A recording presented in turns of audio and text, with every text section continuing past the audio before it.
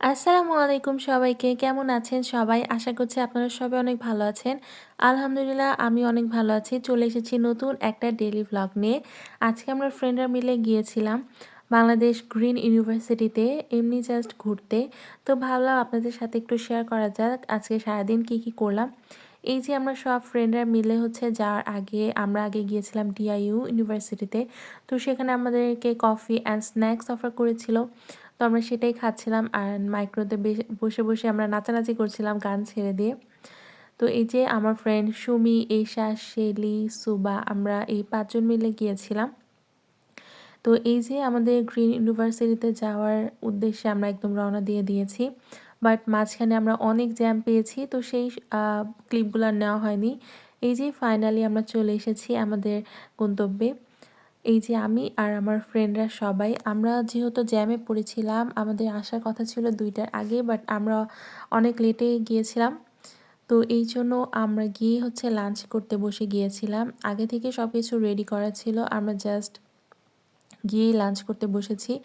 আর যেহেতু আমরা জার্নি করে গিয়েছিলাম, আজকের মেনু সব ছিল বাঙালি খাবার দাবার। অনেক ধরনের ভর্তা আইটেম ছিল, বাট আমি ওগুলো সবই স্কিপ করেছি।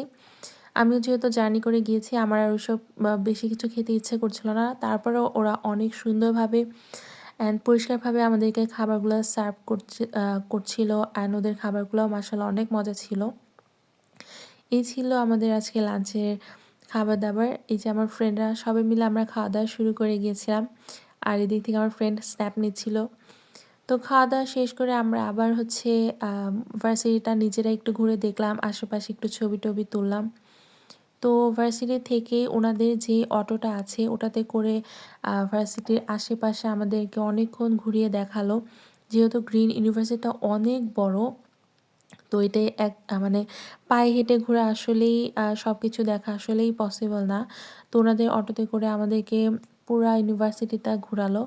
দেন ইউনিভার্সিটিরই একটু দূরে ওনাদের একটা বাগান আছে।